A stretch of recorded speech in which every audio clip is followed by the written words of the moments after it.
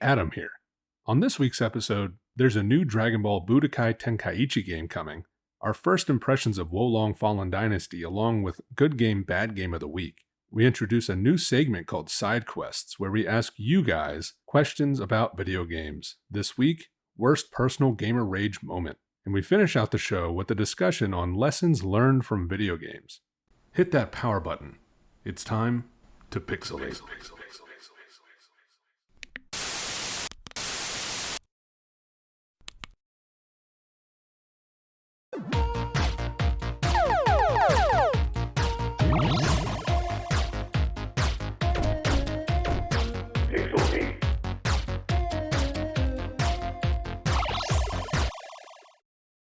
Hello, welcome to PixelHate, the historic, the legendary episode 5 of PixelHate. We have a lot of stuff to get into today. I'm pretty excited for the first thing that we're going to talk about. But before that, make sure you subscribe to the YouTube channel. Go to the link tree that will be in the description. It is also linked on our Twitter. It has all of our socials, including our Twitch, which is soon to be renamed to Pixel Play. And our Discord is also in the link tree as well. So without further ado, I am Adam. I'm here with Jamal and Micah today. How's everyone doing today? The weather, first of all, the weather today was phenomenal. I don't know if you guys got outside.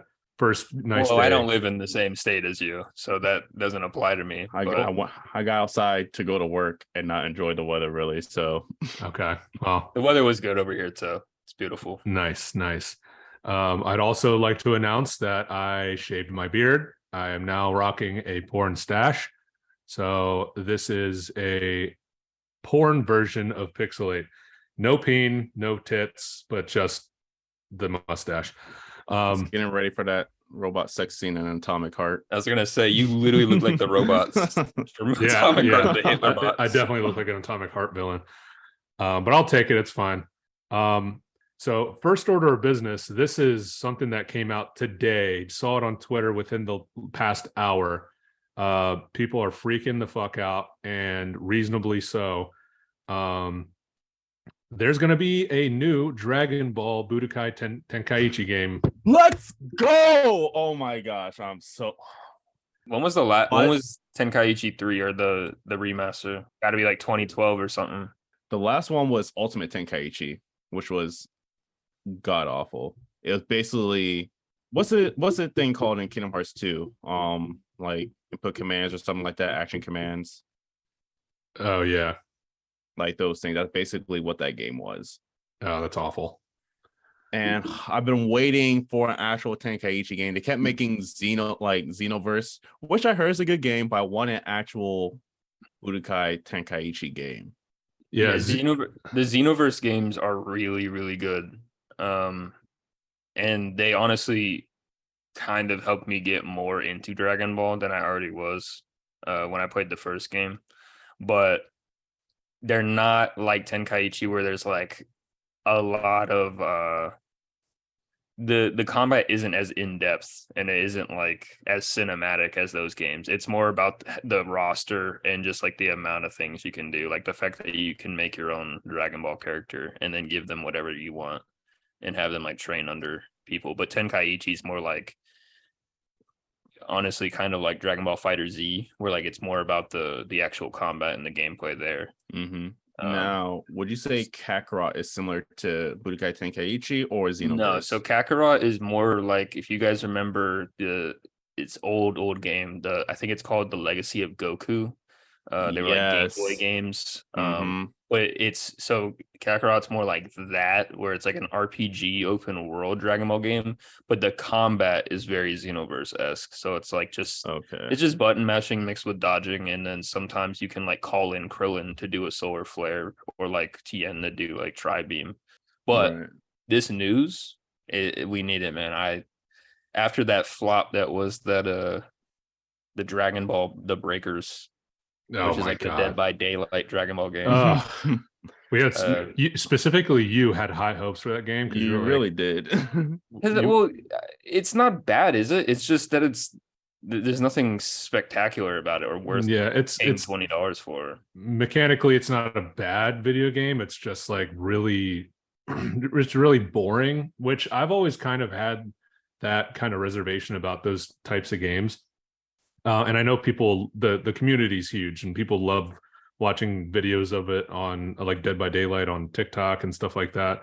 It's pretty popular, but I just never found the appeal. And even though Breakers was a DBZ property, still wasn't really appealing to me. Well, I like the concept behind it. It's like a condensed battle royale in a sense. I just don't care for the setting as much. What they chose. Well, Adam, have you played Dead by Daylight? No. We should really play Dead by Daylight, but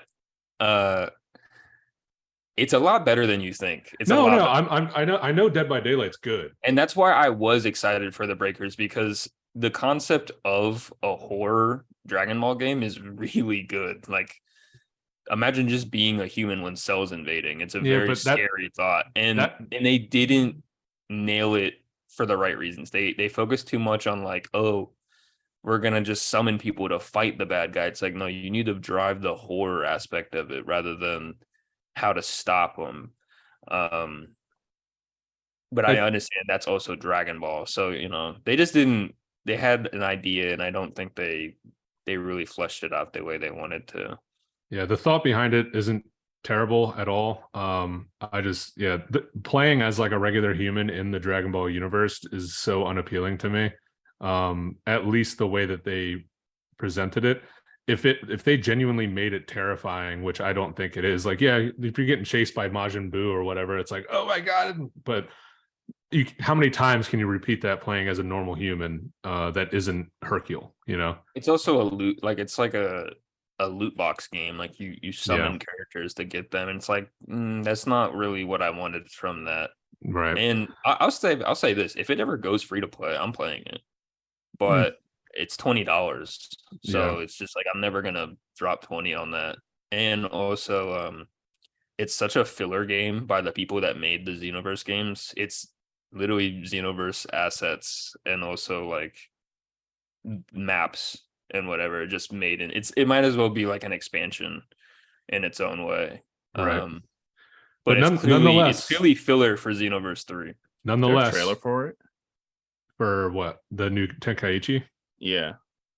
It was more so a teaser. So the way it opens up, it's like an old school. It's like like an old school TV, and it's showing clips from the old Tenkaichi games, and at the end, like it shows Goku powering up, and then it fades to black, and then it opens up with like updated graphics and stuff, and then he's like powering up to go Super Saiyan Blue, and then he's just standing there, and the environment looks really good, and I assume it's all in engine. And so, and then at the end, it was like a new Budokai Tenkaichi is coming, begins. Yeah. So I haven't played a Dragon Ball game since Xenoverse 1. I haven't even played Fighters. So, which I know is a great game. I just was probably playing other stuff and didn't really want to get into a new fighting game. You want to pick it up still? It's about to go off Game Pass. Yeah, at this point, probably not. But especially with the new Tenkaichi coming out, that might be the first game in a while Dragon Ball based that I'm going to get into. I'm so excited. I had the Tenkaichi games were childhood, dog. I need a release date. Like, I better not be waiting 2 years for this game. That's gonna be my pet peeve. Like that. Like, nah, don't show me this, and it's like 2 years out. And you've brought this up before. Like, don't show me a game that's coming out 3 years from now. I don't think it is. I think it looks, from what we see of the new game, it looks like they're kind of far along the process. I'm hoping that wasn't the first thing they did with Goku powering up. But I'm gonna predict that it's gonna come out like maybe spring of next year, maybe summer. Yeah, can I imagine they're just like making slight alterations to the sources that they have using Kakarot. So I'm assuming they didn't have to start from scratch. I want them to make Super because they've only touched on like the first 2 movies. With Yeah, do Beerus like and Frieza. follow the manga with Super. I would like that. Oh my god, dude! If they made a manga Kakarot with Moro and stuff, it would be insane. You guys, honestly, if you ever see that game on sale, you should pick it up because it's really good. But it needs Super story. So I hope after we get this Budokai Tenkaichi game, they announce that too. Yeah. Because I'll be more interested in Super. Like I'm tired with Z, dog. I played it. I know Z stories so many games times. Give it up. I will say though, Dragon Ball or Super. You don't need to do Kakarot's Z the anymore. most cinematic retelling of those, but it's even better than the anime. But it's just it's the same. Mm-hmm. It's the same story. Yeah, like the hype factor. That's cool. They now. revoiced it and stuff. All right, so we're gonna move on to this week's edition of Good Game, Bad Game. Good game, bad game. Good game. I was talking a little bit about this before the podcast started. I recently picked up, really recently, like yesterday, I picked up Ace Attorney, Phoenix Wright trilogy, and I have played the games before. I played them. So I played like the demos on the 3DS when I was really little, but I didn't really like get into the game like that. And then I played the first game about halfway through when I was in high school, but I never finished it.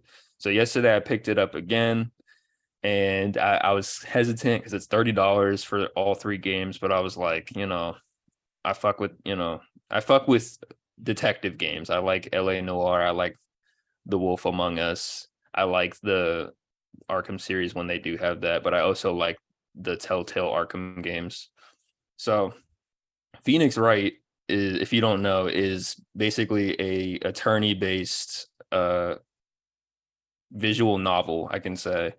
And you're basically trying to like solve a case of like murders, theft, fraud, stuff like that, but as a defense attorney, and you basically are doing like anime court cases, I could put it that way. Like you're shouting, you're slamming desks, people are freaking out, doing like anime falling over and stuff like that. It's really funny, and the writing's really well done. But the big thing for me in the game is just how well the like stories are delivered to you, because most cases they start by showing you the killer and who it is. So the stories are less about trying to figure out who did something, and then it's more about, which is the focus of a lawyer, it's trying to prove why your defendant is not guilty and why this person is guilty. So like the first case of the game is like someone frames the victim's boyfriend for killing the girl, and like you have to like go and convince the judge that the guy who's claiming that the boyfriend killed her, is actually the killer. It's really good, and it doesn't seem that interesting like on paper, and you don't realize how good the game is till the music kicks in. You're hitting the right things and you're trying to find contradictions in their testimonies, and then out of nowhere Phoenix Wright is like, objection. And it's like and then the music stops and it kicks in with another music tune. It all hits, man. And if you like Telltale, if you like LA Noire, that's like the most perfect one I can think. Yeah, I love that game. Yeah, man, it's right up your alley then. Okay. And if you like any kind of detective or like solving puzzles kind of game, like Professor Layton and stuff, they even have a Ace Attorney versus Professor Layton game. Oh yeah. You would love this stuff. And also it's not just cut and dry like law. It gets really out there. I mean, at one point they call in a ghost to make a testimony, like they summon a spirit. Sometimes you're like questioning like monsters. It's awesome. And the murders are like super over the top. And yeah, it's a lot of fun. And yeah, if you haven't tried them out, definitely pick up those games. So that's my good game of the week. All right, bad game. Was trying to get back into Splatoon 3. And nothing necessarily bad about Splatoon, because it's a good game, but I can't do it, man. Not right now. It's either I've lost my touch with it and I just need to like sink more time into it, or I just like have lost interest in the game entirely. I just don't really care about what's coming out for it or any of that. And then I looked into the new DLC that dropped because they finally just dropped it. And it's just a lobby swap. It's just literally a callback to Splatoon 1, and you can go back and forth between the cities that served as like the hub between Splatoon 1 and Splatoon 3. And I'm like, this is part of your expansion pass. This could have been in a free update. Yeah, that's supposed to be half of your, like, I don't know what it is, like $30 expansion. And I'm like, you're not going to sell it separately? But yeah, that's my bad game. Splatoon 3 not being that fun anymore, unfortunately. Damn. What a shame. Jamal. So my good game is more music stuff related. I've been listening to just like the soundtrack for Hollow Knight because I just getting back into that. And it's very soothing, you know, I like it a lot.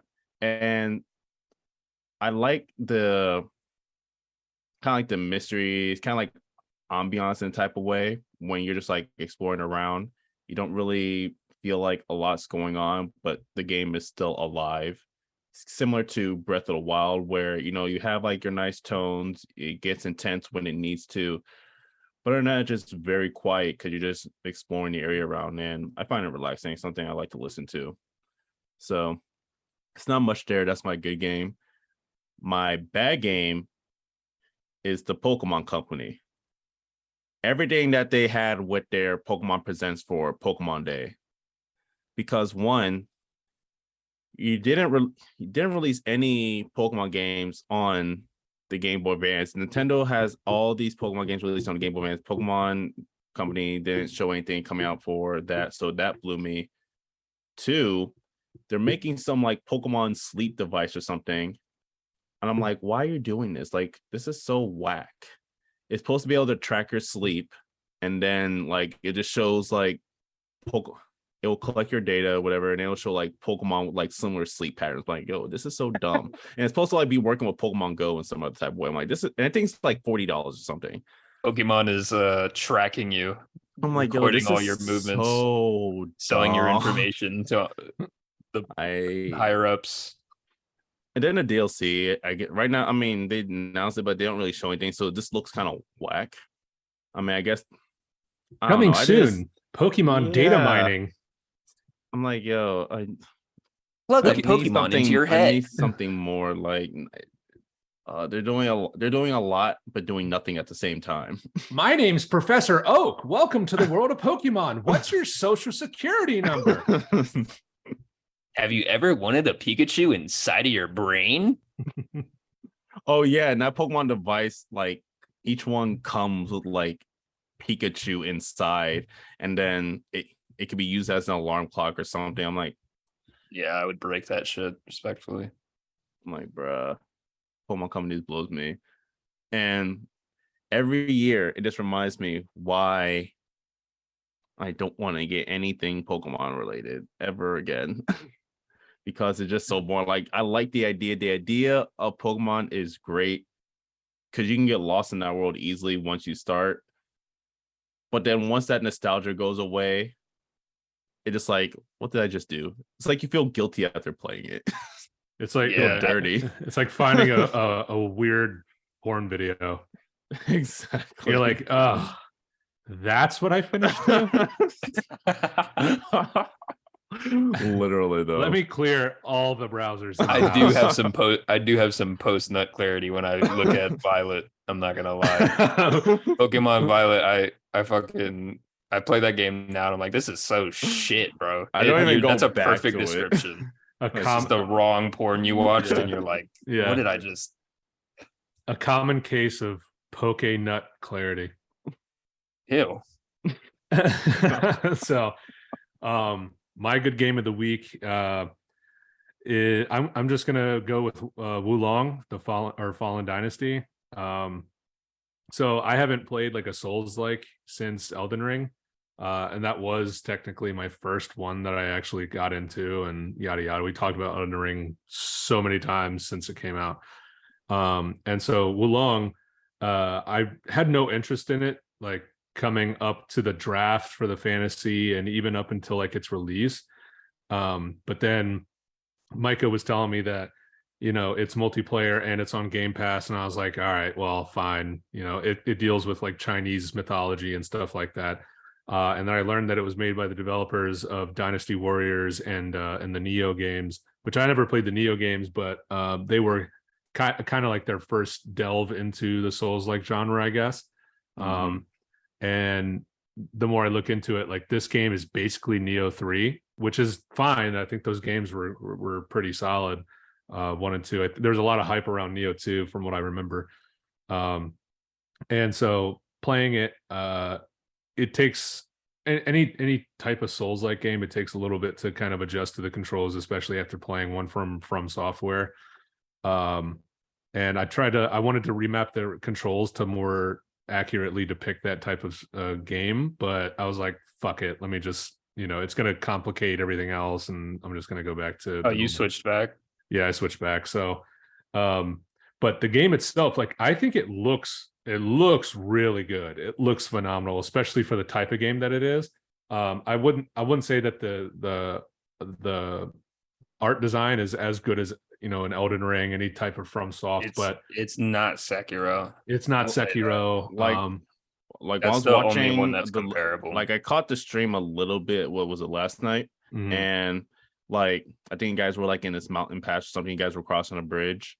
The world itself looks like something you can have fun getting lost in.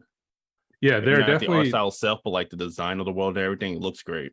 There are definitely corridors and stuff that you can go and explore, and it has the feel of a Soulsborne game at certain points. Other times, it definitely, you can tell where the Dynasty Warriors vibe shines through. Like it's as campy as a Dynasty Warriors game, especially when the dialogue comes in. But then the enemy design and like so you can parry or you deflect with dodging. You can also just guard and stuff, but that's not the real appeal of the game. The appeal is timing the attacks and having the windows and everything. I'm not sure, Micah, did you notice if there are any iframes the way that there are in like a Dark Souls or Sekiro or anything like that? From what I noticed, because even in Sekiro there's no iframes. It's actually just parrying. Okay, yeah, so it's more like that. People get it wrong. Sekiro didn't like make that formula. It's actually Neo that started that formula of the parry focused gameplay, and so they kind of stuck. They did take some things from Sekiro here. I couldn't tell you off the top of my head. While I was playing the game, I constantly kept going, "Oh, nice, Sekiro." But yeah, the gameplay is mainly parry focused, and it's definitely not as hard as the FromSoft. Like if you're intimidated by Sekiro or even Neo games, because I know those games are hard as fuck.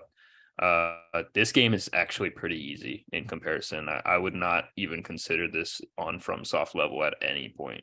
I would agree. It's very forgiving as long as like you actually just sit back and wait for the attacks, because there have been times where I've gotten caught, especially with the last boss that I got to, which is more so what I'm going to get to with my good game. But once you kind of just fucking relax and recognize, okay, they are choreographed attacks. Some of them are really just like wide ranging and they're not really fun to dodge, but then the ones where, so they have like the enemy like glows red and it's like a critical attack, you can punish them if you parry it correctly. And so the boss that I just beat, which again is like the 4th or 5th boss in the game, that's like the first one where you really have to focus on when those attacks are coming. Otherwise, if you try to rush it, you're going to die. And there's other stuff that you can use. There's divine beasts, which are just like small summons and stuff like that. But at the base of it all, the last boss that I beat, I had to like regroup and just recognize that you're not going to be able to beat it if you just run up and I tried different armors, different weapons and stuff like that. But if you're not, watching the attacks themselves, you're going to fucking die. So then I finally did beat it. And That was the most hype that I've gotten. And unfortunately, I didn't have it on the stream because I ended during the level on the stream today. But I figured that we would go and beat it again when you want to play again, Micah, when we play multiplayer. So that'll be on the stream. And you'll see what I mean about that, boss. You really have to like watch what it's doing. And so that was my good game. It's fun. It's not the best game I've ever played. I think that the 81 that it got from Metacritic is pretty accurate. Still a good game, beautiful game in my opinion, but not so much stand out to the point where it deserves more than what it got. So that's my good game. Bad game. You cockring fanatics none of your good game news wasn't the fact that Elden Ring's getting like a DLC.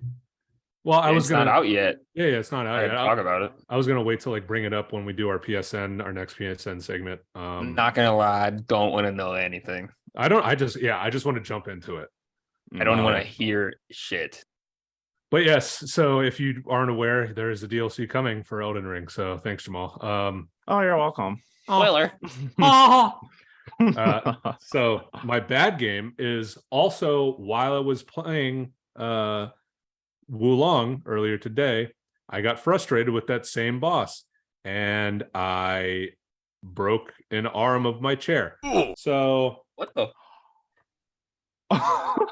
It's just oh my there. gosh. And so I just went on, start Donkey Kong smacking your chair afterwards. Well, I didn't even like I didn't even like hit it that hard. I was like, God damn it. So I banged down like once or twice and it fucking chopped the plastic piece like that holds it in place to raise it up and down or lower it down. Punching the shit out of his chair. Right. And dog. Sometimes, hey, using your chair. I forget that I'm strong sometimes, okay? And so I went into a toolbox and I just grabbed this little fucking thing. It's just like a bit for a screwdriver, I think. And so I'm putting that in and just holding it in place. But it's above the highest setting. So this thing is just until I like actually sit down and try to get the right piece to fix it. It's higher. It's slightly higher by like an inch than my left one. So that was my bad game moment of the week. Both surrounding Wulong. So fuck you guys. I'm also really biased. Yeah. Well, because Micah's like it's either From Software or die. No, I'm not. No, yeah, no, because it could be Dragon Ball. I didn't say that. What the fuck? I just meant the difficulty wise. I love the game. One part I actually got invaded during this one part. I was like, I don't know what's going on. I got invaded and this guy sucked ass. So I dogged him. That was cool. Yeah, I'm saying the game is. I'm saying I'm biased because I'm biased of difficulty wise. Where like I played all the Dark Souls game, I played Bloodborne, I played Sekiro, and I played Elden Ring. By this point, you cannot like no new non-FromSoft game is gonna be like hard to me. And if you've played Sekiro, this game is nothing. Anyone who's beaten Sekiro could probably beat this game in a day. easily. It's very easy parry wise. So don't let any of that intimidate you. But also, Adam, this game, God damn it, I keep telling you, and you're gonna keep playing the games that aren't it, even though new ones always drop. Just play fucking Dark Souls, bro. You keep playing the Dark Souls knockoffs. Huh? I told you I'm gonna play 3. So you told me you were gonna play 3 after we beat Elden Ring. Yeah, but then other games came out. So all right, well, games are coming out. We're playing the knockoff Dark Souls. It's time. It's a good game. It's a good game. It's not a great game, but no, this one's great. This one's actually really good. I'm just saying. Oh, the character customization is really actually fucking good. I think that it actually. But that's what I was trying to. It does a better job. You texted me. You were like, the character customization in Wolong's so good. It's like better than Elden Ring. I'm like, bro, just play Dark Souls. It's so much. I will. Better. Oh my god, just fucking there. I could say the same thing about other games. The difficulty there, it's a lot easier. Like if you wanted to start these kind of games, I actually would recommend Wulong. That's a good point. And then maybe go Elden Ring afterward, and then go through Dark Souls. Yeah. But really good games. If you're a Soulsborne fan, a must play if you have Game Pass. Oh yeah, the fact that it's on Game Pass too, like you don't have to buy anything. If you're not a Soulsborne fan, but you're still kind of hesitant about these sort of games, I think this is a great starting point. And I do think that these guys, the Team Ninja, nailed it. They nailed it. So next up, we're actually going to introduce a brand new segment to you guys. It is called Side Quests.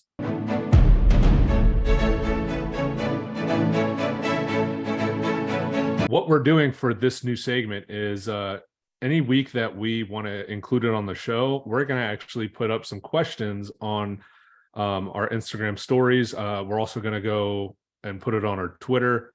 That is PixelHate on Twitter and PixelHate _ on Instagram.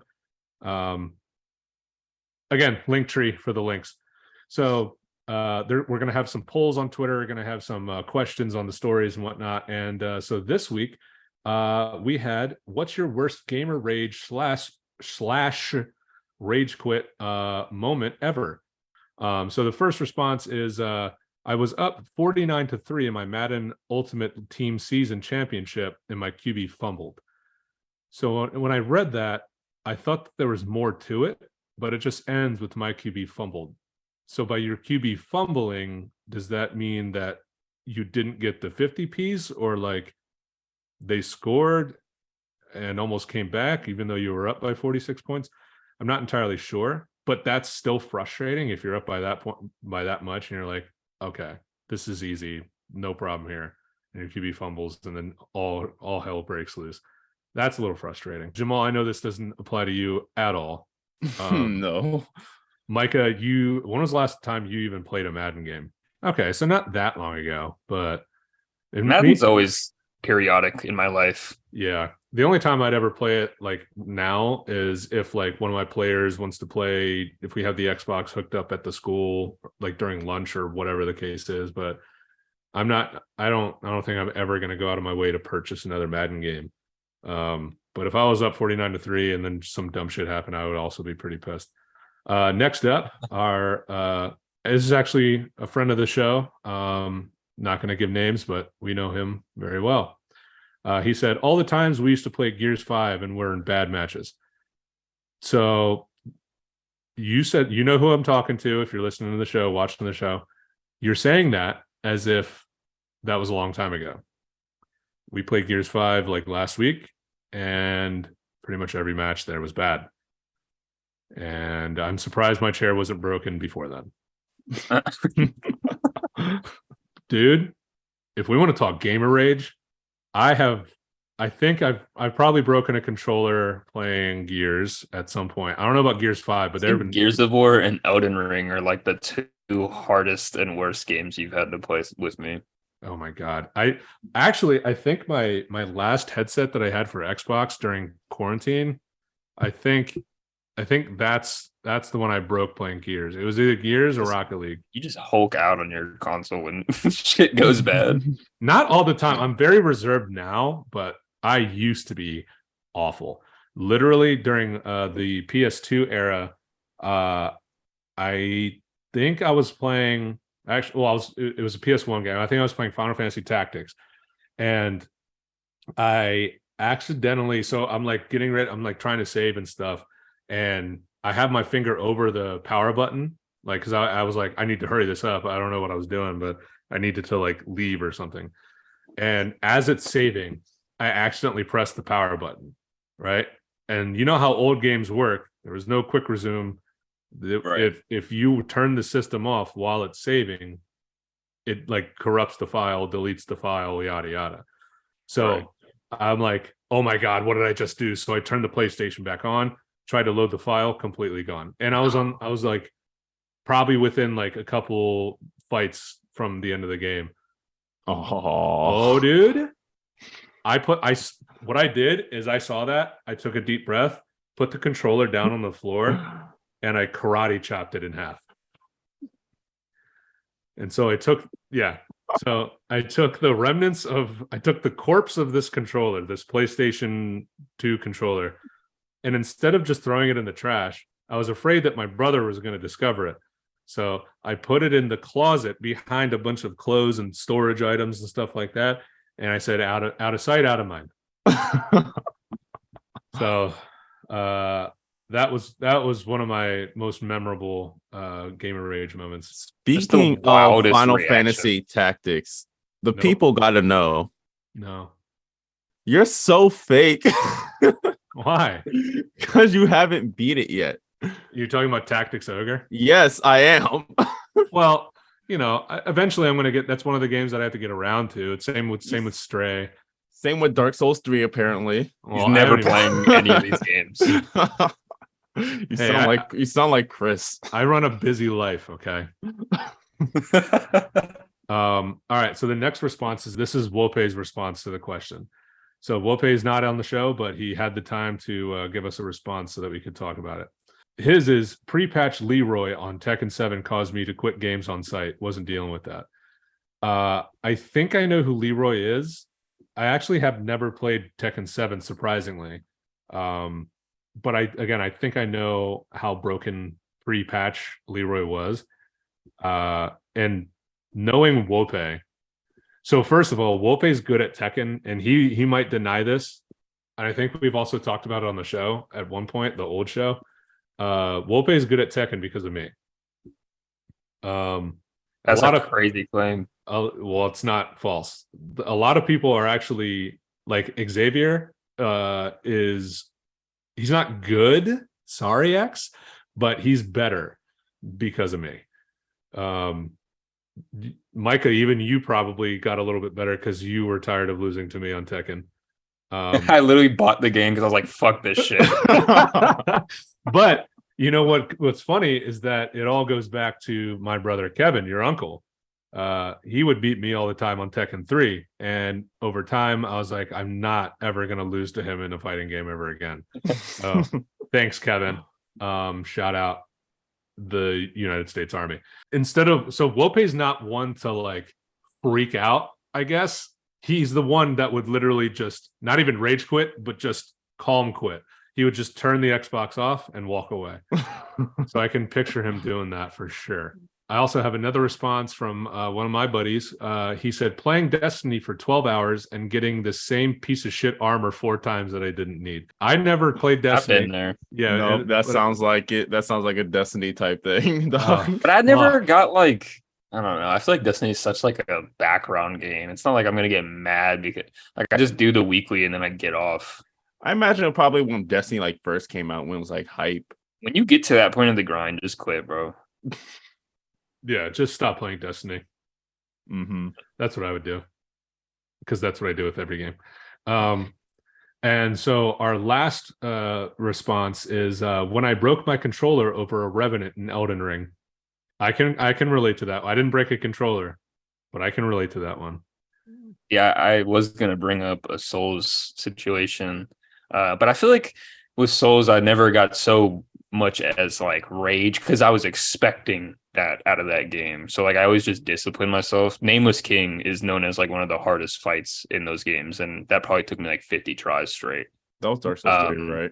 But what I was gonna say, I think so. A game, I don't know if it's my worst rage moment, but one that's like really stands out to me is my first time playing Breath of the Wild.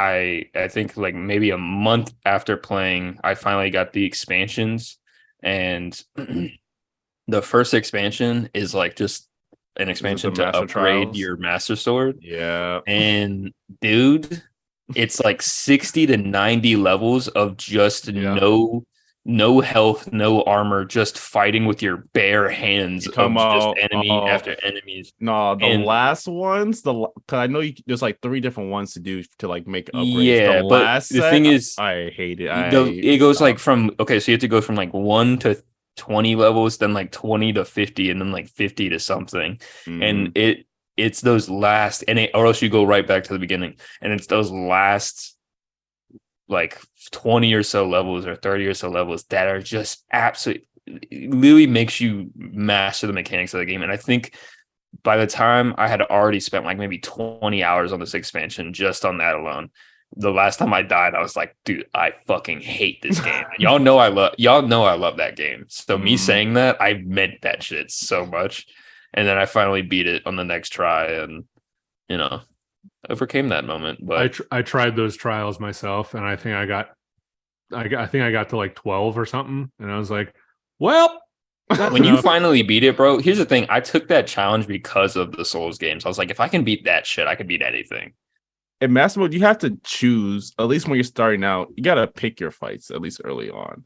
Because very much so. Just in the Great Plateau, you try to fight, you try to like beat some monsters, but then like I wasn't even in Master Mode. And I actually ended up deleting my 300 plus hours save of Breath of the Wild, like maybe 2 years ago. Why? Maybe a year ago. Because I 100% of the game. I think you remember. I had everything in the game, and I ended up deleting it because I wanted to start over. I was the same way though. I didn't do it after 300 here's the thing. I have another account after like 100 hours. I have another account for playing my other saves, but the thing is, I don't know what my thought process was. I was like, oh, I have 300 hours logged in this game. I want to keep logging hours if I'm going to do another playthrough. But the thing is, I didn't really consider how much free time I had when I beat that game. And I think I sat for like a week straight just playing that game when I first got it. And I just don't have that in me right now. Maybe when the next one drops. Maybe. But this one, like, I know that game like the back of my hand, bro. Like, I can't do it all 100% again. I did beat the game again, but yeah, I lost my 300-hour save with like almost all the core exceeds and like every piece of armor, even including the amiibo armors and all that shit. I had everything. Maybe something to go back to, because I haven't touched that game since I beat it. I can't touch it now. I still had to like get through Hogwarts, and I can't even like. I have to take a break off of that because there's so much to do. But I hate going back. It's like I've heard a lot in Hogwarts is kind of just pointless. It is, but like I want to explore everything, but I'm getting so blown when I'm like, all right, I go here, but then like I want to, but I can't really go into something yet. But I don't want to backtrack. It's just like it gets a little bit annoying. Specifically the castle, there's like a lot of just like meaningless content. It's there to like just kind of show off, and then... well, it's also a lot of it is like fan service for people that read the books, because that I saw one thing where there's like a bathroom that you can go into, and there's no real reason to go in there, but the whole point of it is because they describe it in the book, like there's a ton of faucets, like gold faucets everywhere, and there's like a pool in the, there's like a bath in the middle, and it just like it shows exactly what the book described it as. But other than that, there's no reason to like go in that room. I don't see myself ever playing that game. Neither. I mean, if there's like a more accessible way to get, I'm not going to pay $70. I'm not that big of a Harry Potter fan. That's just me personally. But I can see the appeal for it. Like it with it's not that I don't like that. I see the appeal. But I literally had the means to download it because one of my friends bought it, and I had his game share, and I halfway downloaded it, and I kept watching reviews and more gameplay. I was like, dude, I don't think I want to play this. The more I looked into it, I just did. I was like, I don't see myself being intrigued by the story. The dialogue looks, no offense, Jamal, the dialogue didn't look that good. It's not the most immersive thing. I mean, the story itself, I mean, you really have to be a fan to really just enjoy the game. And I have watched the movies, but I'm not a super lore fanatic about it, so I don't remember a lot. And the movies I do like are the later ones. So like the kiddie focus in this game is a little meh for me. Anyways, that was Side Quest. Next up, we have a topic that Micah actually suggested, and it's an interesting one because you don't really think about this type of thing when it comes to when it comes to games. You think of it when it's like books and movies and shows and stuff like that, but not really anything that you're playing through, interestingly enough. But the question is, what video game have you learned a lesson from? In other words, what experience playing a game like kind of taught you a life lesson, something that you took away that you could apply to your everyday life? The game that came to mind when I suggested this, a game that has left a lasting impression on me since I played it recently, and I remember when I recently played it a few years ago, I told Adam about how crazy of a game it was story-wise, and how like the political nature of the game was very real. Like it definitely applies to our life right now, and it came out years ago. Metal Gear Solid 2 and its ending. It's a game about proxy wars. It's a game about kind of political manipulation, but also manipulation over like people. I won't go too much into the story, but basically you play as Raiden, who is like the Spec Ops soldier who is basically set out on a mission, and by the end of the game you kind of discover that the mission was all curated as like a test for you. It was like an AI test to kind of test your skills and then prove that anyone can be manipulated by, with just the right circumstances. You can make an exact recreation of a situation and someone will like adapt. So you proved the point of the villains by the end of the game, and at the end of the game you beat the bad guys, whatever, shit blows up. And then you talk to Solid Snake, who's the main character of the series. And he kind of just reaffirms with like a really good speech. And they're doing like a shot over real life people in New York. And he's basically explaining. It's so good. That game is amazing. Not now because it's really very hard good to play. Back then. So the overall theme of the game is kind of fighting for what you believe in, but also keeping faith and spreading that faith in what you believe in. So by the end of the game, you have the AI kind of convincing the player, and I'm not going to spoil what happens, but it's kind of convincing the player, like you directly breaking the fourth wall, like you are a pawn in the grand scheme of things. You don't mean anything, and therefore you're just kind of you are being manipulated by the bigger hands that the elites have, that this AI has. And I mean, in current day, you see that all the time. It just feels like the world is constantly lying to you. Like you don't ever, I mean, we look at the current world right now, there's wars going on, there's sickness going out, and we just have no idea on like the truths of all of it, but we do have our own beliefs.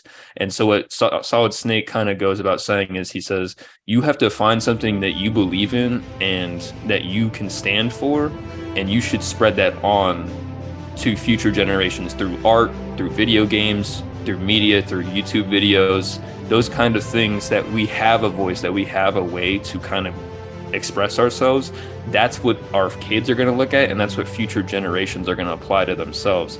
So although there are these things that the higher ups are able to do to kind of manipulate the masses, you also have an impact in your own way, and you just have to kind of apply that to your own self. And it's a really good message for a game. It's a very, like, I think a game came out in 2001, so it's a very relevant message to this day. And the overall like theme of the game is how information is shared and processed and kind of changed along the way. And we have phones now that give you information the moment you wake up, and like world news the moment you wake up, but you don't know how much of it is true. The game kind of just tells you, like, although you may feel very small in the grand scheme of things, you do have a purpose, and if you have something to believe in, you should spread that so that the future generations can believe in that thing too. So that's what lesson I took away from a game. And I still think to this day, especially with all the crazy AI stuff we have now, where it's just information is like anyone could make an AI of someone saying something and it's total false. And that's literally what happens in that game. And it's scary to see now, like, what's going on. It's like Kojima is a fucking genius, bro. He predicted the future many times. So really good game, really good lesson and takeaway. That was very eloquently said. Beautiful. It was a little messy, but I tried to get the point across without spoiling too much. I think, well, it's also a 21, 22-year-old game, so you're not spoiling anything. But True. So I like learn a lot of things from different games, but I guess more so a life type of thing that I got from a game would be Assassin's Creed 2, because that was the first Assassin's Creed game I played. And that's the origin of my favorite quote and what made me get into like philosophy more, and why I read like certain books. Because my favorite quote from that game is "Nothing is true, everything is permitted." Mm-hmm. I approach life in a way that follows that quote a lot. So you're the shepherd of your own actions. You choose what's right for you. Try not to, as long as you just follow that, you should be fine. Now, there's moments that you're going to there's like weakness or whatever, but at the end of the day, like, your choices are right for you. So just keep following. Back to what Mike said, like, what you believe in, don't think too much about it. So I know I love that quote. I still need to get a tattoo of that quote. Our lessons are of the same nature. Those two games kind of preach similar topics. Mm-hmm. And I know that quote is also in the first Assassin's Creed also, and it definitely stuck with me for a long time. Because they show you in game, nothing is true, and everything, including murder, is permitted. So I even got the book where that quote is originated from, because I'm like, I wanted to learn more about that. I read that book last year. So really good. Back when those games were actually writing well. Back when it was that's the Assassin's Creed that I love. Yeah, when it was still about assassins and not Norse gods. Exactly. There are a lot of quotes in the games that I played over the decade or 2.5 decades that I've been playing video games, that I could just spurt out. Like one of the first ones that came to mind, not quotes, but like, yeah, we've talked about it a lot as well, but God of War Ragnarok really stuck with me. Like the story, just where Kratos comes from, like, and seeing how he developed as a character, and especially the last two games with Atreus, and like just being able to open up, and just like that kind of message being sent, like the bond. Now I don't have any kids, but the bond between a father and son, like nothing matches it. And so that was really special for me.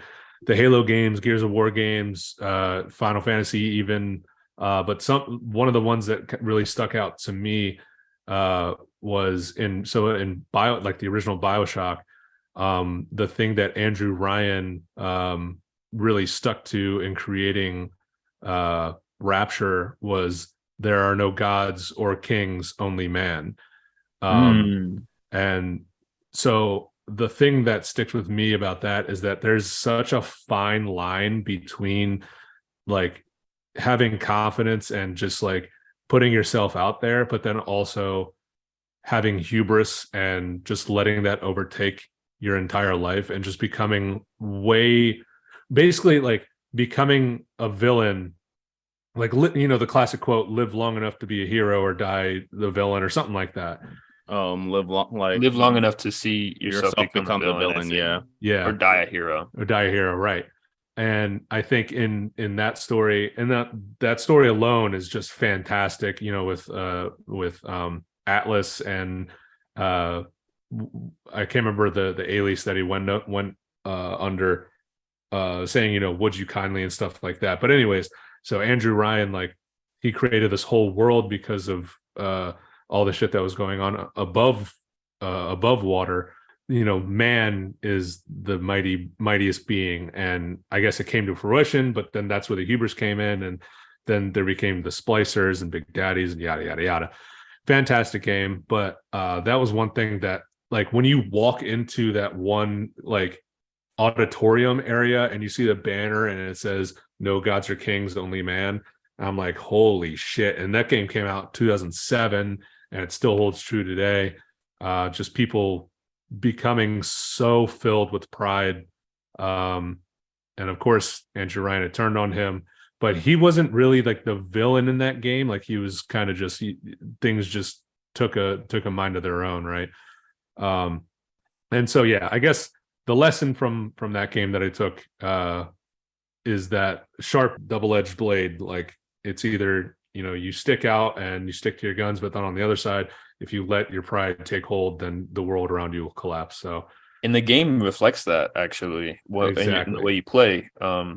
Spoilers, the way the game ends is you basically, if you had chosen to spare I forget their names, the sisters or the little girls, little sisters, the little sisters, if you chose to spare them the whole game because they give you power-ups, then I think by the end of the game they kind of play a part in not saving you, because I think you die no matter what. But no, I think so what happens is if you harvest the atom that they have inside of them, like, so a lot of people have gone through multiple times and played different ways, where I think I did it twice. I did it twice too. Initially you're like, oh my god, these little sisters, you can save them and take the atom out of them, but then they just become cute little girls.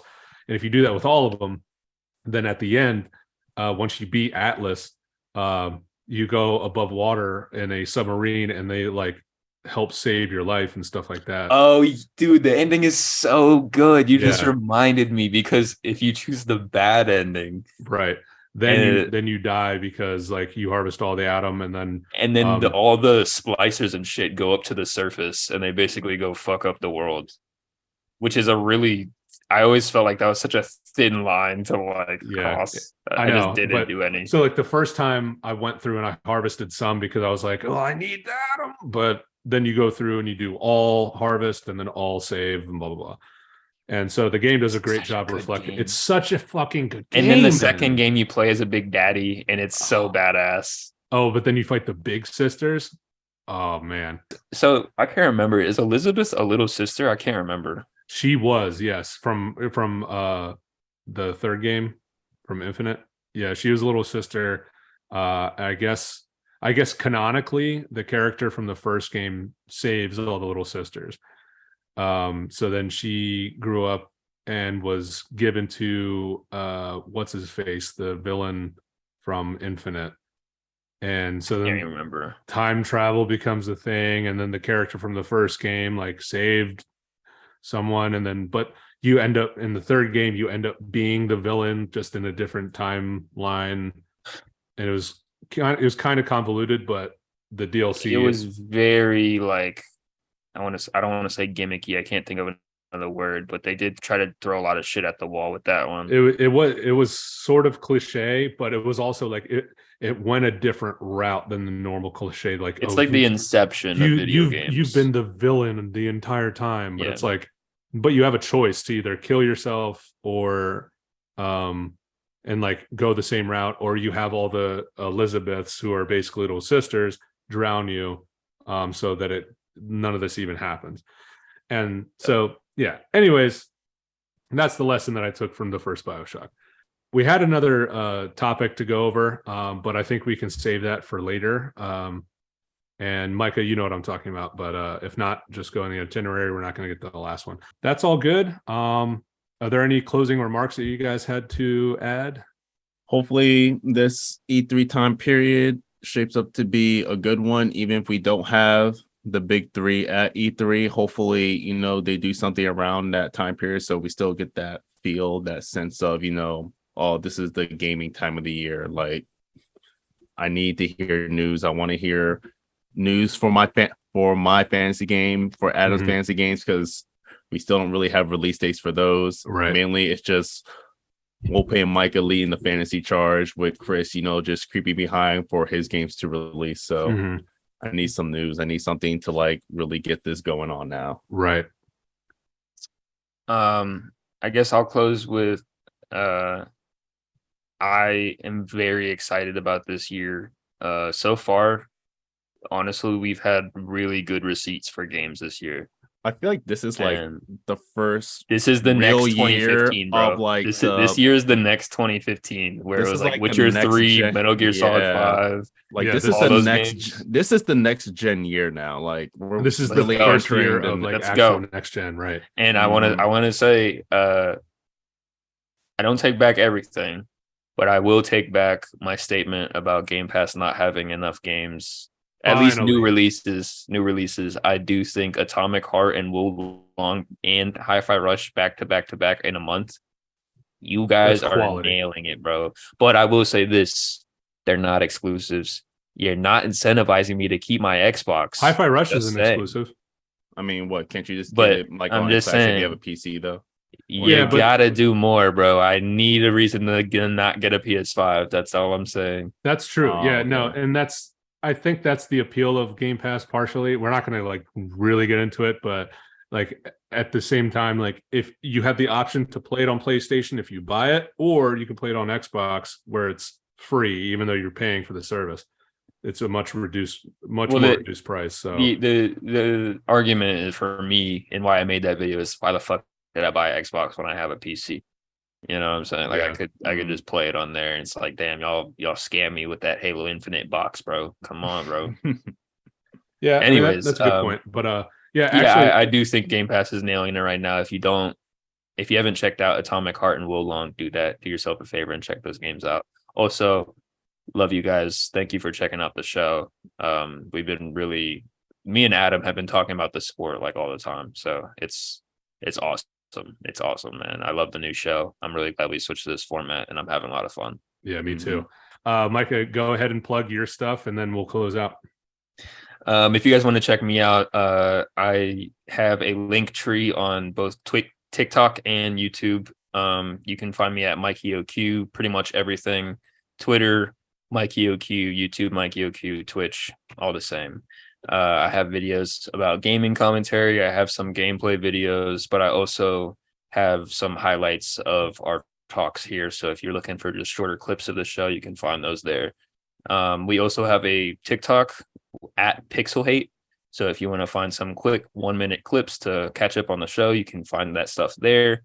The YouTube, you're obviously listening on, or you're listening on Spotify, PixelHate also. And I think, Adam, we have a new Twitch name, Pixel Play. Yes. So if you want to look at some gameplay that me and Adam record, or Jamal, Pixel Play on Twitch. And make sure that you guys go ahead and check out our link tree as well. We have all our socials, like I said at the beginning of the episode.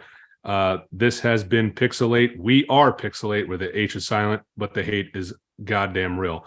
We love you guys. Even if it's just a couple of you guys per episode, it's fine. Eventually we'll blow up. And we're all very excited for what the future holds. Please do subscribe, give us a like, feel free to comment as well. We need all the support that you guys can give us, and we really truly do appreciate it. We've been really busting our ass to try to get the product out there. So the guys and girls that are longtime supporters, even in the Otaku Street days, we love you, we thank you. Keep on listening. We're going to keep on pumping out the content for you guys. So without further ado, that was episode 5 of PixelHate. Thank you very much, and we will see you next week. Goodbye. We will see you later. Deuces. The #1 podcast of all time. Yeah, we're getting off the game now. We'll see you.